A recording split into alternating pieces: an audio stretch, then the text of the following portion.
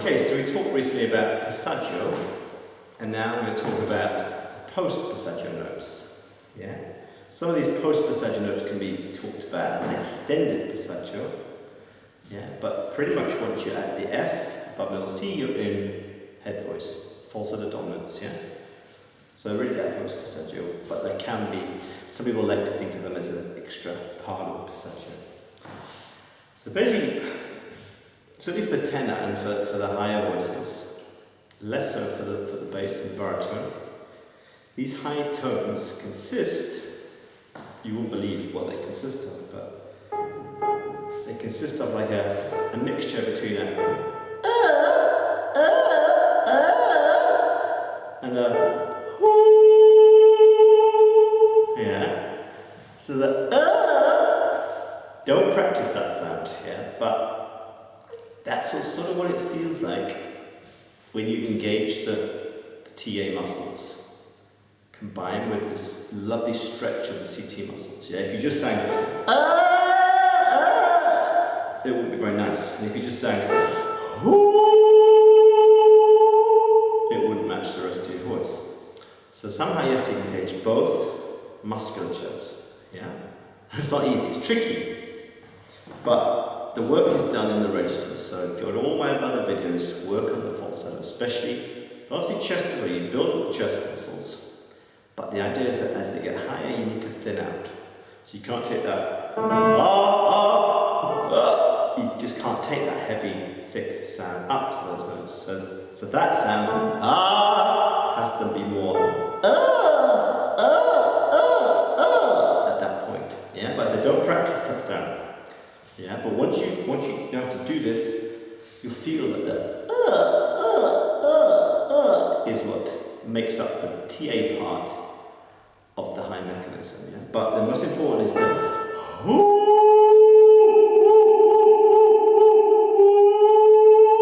because that's what's going to stretch the CT muscles and open the throat and give that space for that high note to resonate. Yeah? Okay. So let's have a go putting that together. So we don't want but we want the two together.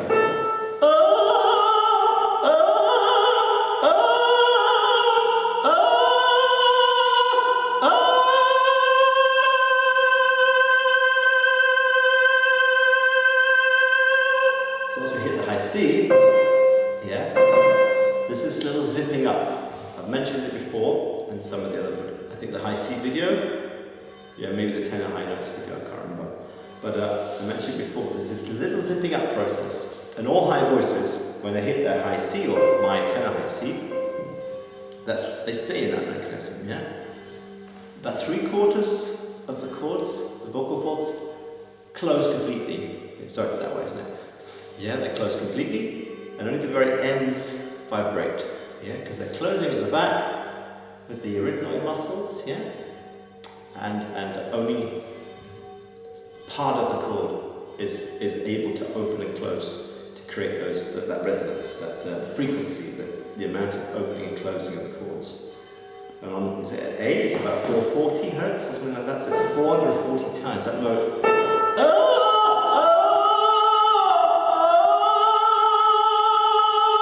That's, I'm opening and closing my vocal folds 440 times a second. So there's not much you can do to control it. So if it comes out as a bump note,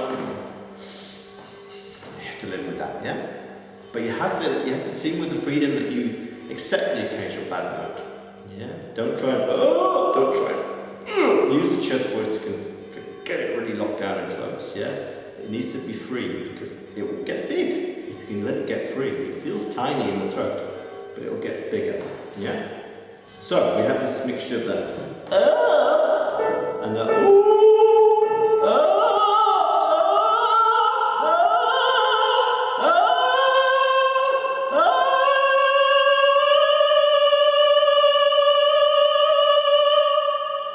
So D, it's actually quite a high, easy note. I find E flat and E starting to feel hard, yeah? But the D should be, for most tenors, quite a comfortable note here, because you're in that zipped up sensation. C is still a bit tricky because it's just zipped up. So still influenced by that low mechanism. The C sharp, it feels like a little bit more of a stretch.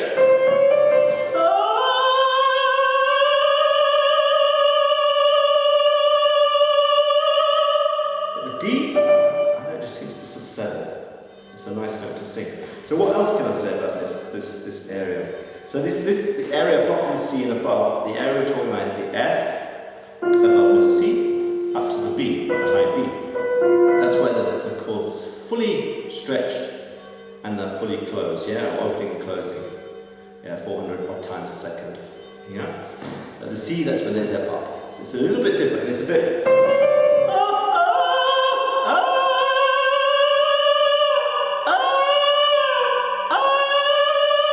It's a little bit easier to make those notes because there's less chord to deal with. B and on the way down, they're tricky, yeah? And probably the hardest to begin with for a tenor are A flat and A. And you might say, well, I can do an A flat and an A. Yeah, but can you do a high D? And if you can't, then those, I'm guessing that A flat and A are not right. You're probably using, if you look at my high notes for low voices video, I'm talking about the bass and the baritone, it's likely you're doing the A flats and A's with that sort of mechanism. Yeah, and it's fine for bass and baritones, but the higher voices, we have to let go. It's like filato sensation, the thread-like, yeah, schlank, auf Deutsch. So it's very thin mechanism, so that's why it feels like In fact, my first singing teacher said it should just feel like a the high notes, and it starts to make sense now to me. But at the time, I had no register development. He didn't teach registers, but he was right. Instinctively, he knew that the high notes needed to have this sort of thinning out sensation. Yeah, but for me, it was I was trying to use the chest of the note. Yeah, so that's the advantage of if you can get connected to your registers and build them up. Then you have more access to this thinning out process, which you need for these notes. Right. The only other thing I want to say is that in this, let's forget about the C and above. Yeah, it's zipped up, pretty easy to do, to be honest. But the F to the B is very difficult, very tricky. Yeah, and it's strange. Even though obviously the higher you go, the more falsetto dominant you get, and the less chest dominant you get. Actually, the first falsetto dominant note feels like the most falsetto dominant because it's the darkest. The F.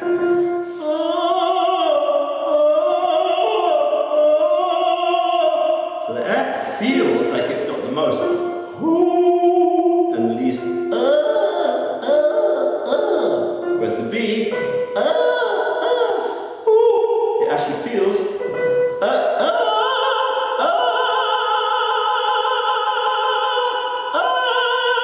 I'm more connected to the rather than the ooh.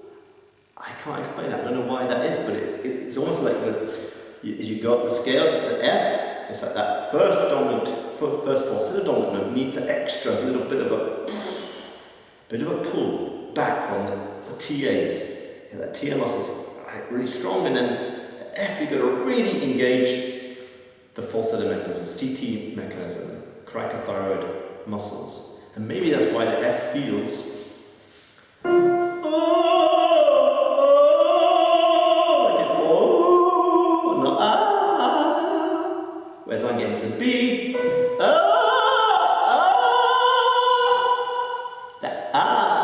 sensation does feel dominant, whereas it still has the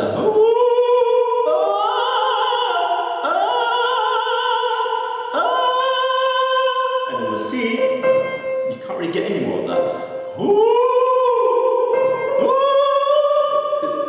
It's very hard to push that ooh sensation above the B. Yeah, it's possible to do, but it's not quite as important. And the important thing is to get the B as strong as possible, as much CT engagement as you can. Yeah, and then the C, C sharp, D will sort of hold. Yeah, you can't really get any more stretch opening there. That's why soprano high notes just feel like this little squeak. Yeah, and that's why sopranos have difficulty if they haven't got this area F to B sorted out. Yeah, that's why the passaggio technique is the same for every voice line. You have to get it sorted out around about middle C. Yeah, so that by that C, the high C,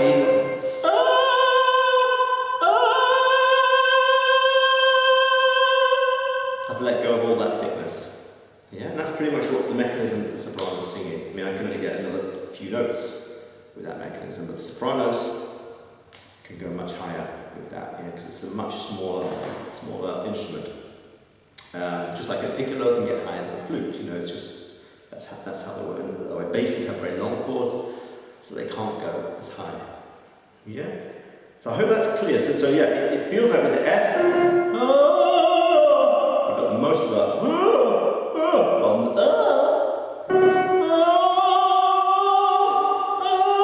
And it feels like at the A flat,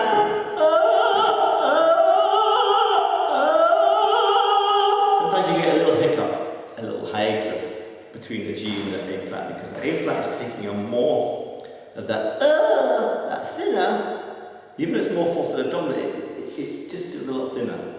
It feels like with the G, its chest is gone. Yeah, and it's a very thin mechanism.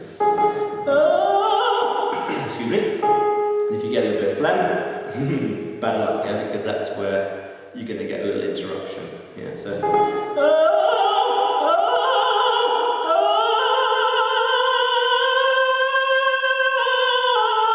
It's harder going down from C, because you've got to re-engage that stretching process. Yeah, so.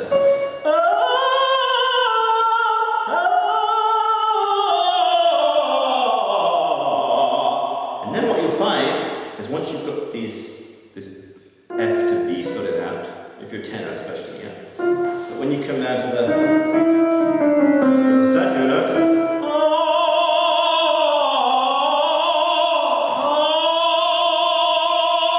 you can give a bit more power, because in my last video when I demonstrated the passaggio, I was doing more of a because that's designed for the voice that's in training. It needs to learn how to thin out and get rid of that heavy chest. Yeah. But once you've engaged these I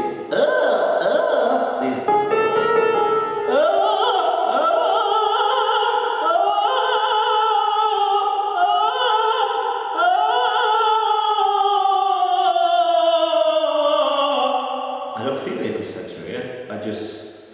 It feels like I stay in that thin mechanism, but as I come lower, I bring more chest into that. That's really what makes the difference between the tenor voice and the baritone. Because the tenor voice is engaging that thin mechanism. When they come down, it just makes the whole voice brighter. Yeah, and I've said to you before, with the chiaroscuro singing method, you need to get dark tone first. Yeah, which is, if you look at the video I did before, the passaggio, I'm doing a much darker tone. And that's in training you have to do that. It's only when the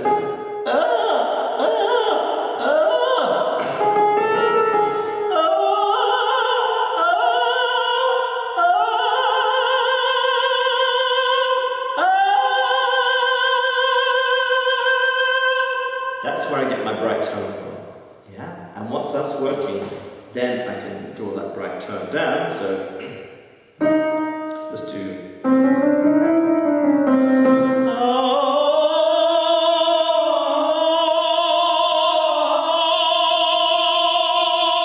I can really go for that in the passaggio, yeah?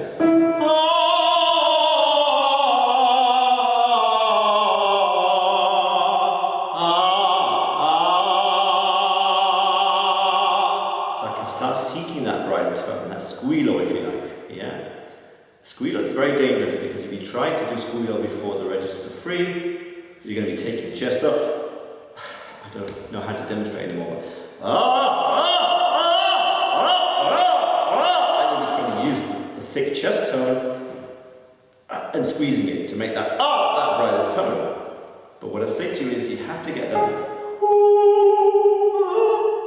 darker tone first, and then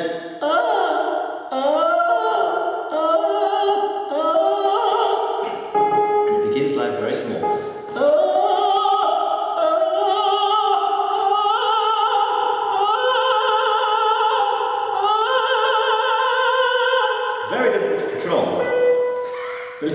when you get free, it's like, ooh, yeah. And it takes a while. So you need to warm up. Every time you start singing, you need to warm the voice up, starting in falsetto. Yeah, and once you know how to do these high tones, then you do those tones. You know, don't even bother doing the low tones. I mean, if you're a high voice, I'm doing not a bass or a baritone. But you know, for the high voices, once you know how to get to that that thin mechanism, that's once you want. After you've done your hooty falsetto, that's the next. That's what you need to do next in your warm up. And then when you sing your songs, then you're always engaging from that thinner mechanism. Yeah, and then you can put a big tone into that.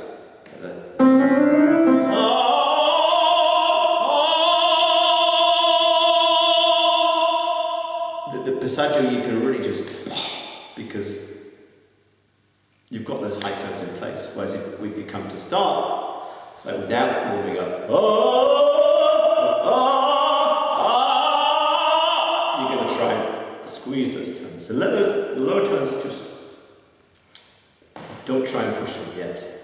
But once those thinner high tones are working, you've got a bit of power into them, then try and draw that down to lower tones. I hope that makes sense, and I hope my examples were good enough to convince you that this is the way to do it, yeah? Okay, thank you.